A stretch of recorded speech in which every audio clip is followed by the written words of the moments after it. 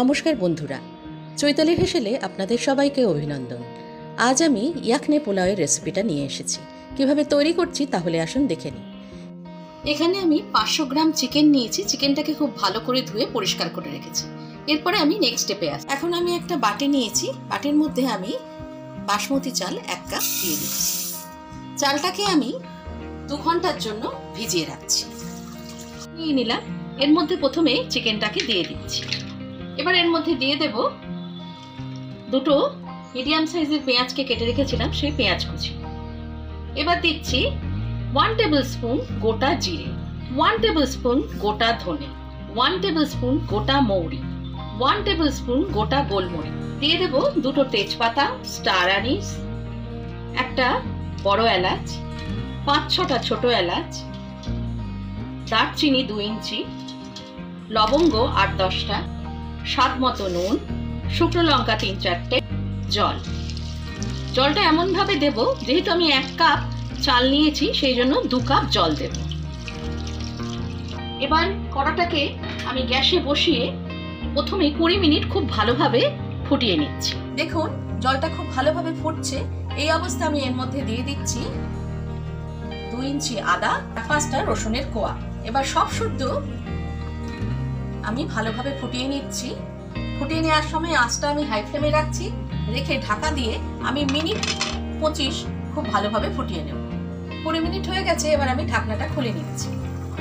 দেখুন মাংসটা খুব ভালোভাবে সেদ্ধ হয়ে এসছে আর আখের জলটাও একদম রেডি হয়ে গেছে। আমি এবার এখান থেকে মাংসগুলোকে একটা পাত্রে তুলে নিচ্ছি, তারপরে নেক্সট স্টেপে আসছি। একটা ছাঁকনি রেখেছি ওর উপর। এবার এই জলটাকে আমি মশলার থেকে আলাদা করে নিচ্ছি। এবার আমি কড়াটা নিয়েছি, এর মধ্যে দিয়ে দিচ্ছি 2 টেবিল স্পুন সরষের তেল। এটাকে খুব ভালোভাবে গরম করে নিচ্ছি। আঁচটা কিন্তু আমি হাই ফ্লেমে রেখেছি। তেলটা খুব ভালোভাবে গরম হয়ে গেছে। এবার এর মধ্যে দিয়ে দিচ্ছি দুটো মিডিয়াম সাইজের পেঁয়াজ কুচি। আর পেঁয়াজটাকে 2-3 মিনিট খুব ভালোভাবে ভেজে নিচ্ছি। দেখুন পেঁয়াজটা বেশ ভাজা ভাজা হয়েছে। এখান থেকে আমি কিছুটা পেঁয়াজ তুলে রেখে দিচ্ছি। এই পেঁয়াজের মধ্যেই দিয়ে দিচ্ছি চিকেনগুলোকে। এবার এর মধ্যে দিয়ে দেব 1 টেবিল স্পুন রসুন বাটা, 1 টেবিল স্পুন আদা বাটা। এবার আদা রসুনটাকে খুব ভালোভাবে মিশিয়ে নিচ্ছি। আঁচটা কিন্তু মিডিয়াম ফ্লেমে রাখা আছে। আদা রসুনটা খুব ভালোভাবে ভাজা ভাজা হয়ে গেছে। এই অবস্থায় আমি এর মধ্যে দিয়ে দিচ্ছি দুটো মিডিয়াম সাইজের টমেটো কুচি। এবার টমেটোটাকেও খুব ভালোভাবে মিশিয়ে নিচ্ছি। এবার আমি এর মধ্যে দিয়ে দিচ্ছি ফেটিয়ে রাখা 2 টেবিল স্পুন টক দই।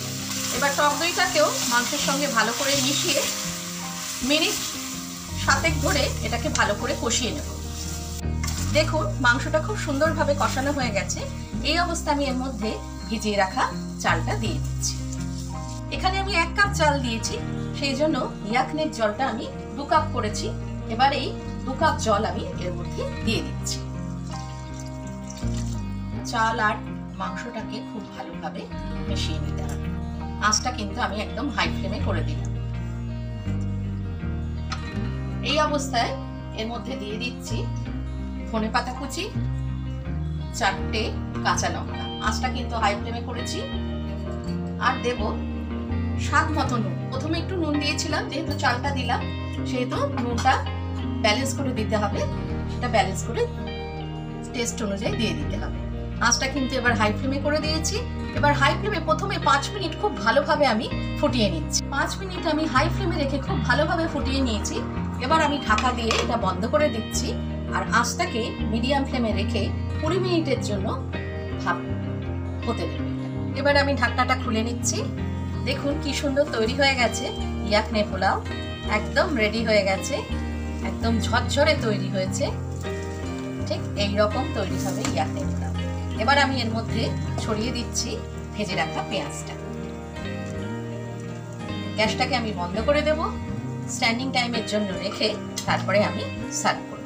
এইভাবে খুব সহজেই তৈরি করে ফেলুন একটা দুর্দান্ত স্বাদের পোলাও, যা খেতে লাগবে অনবদ্য।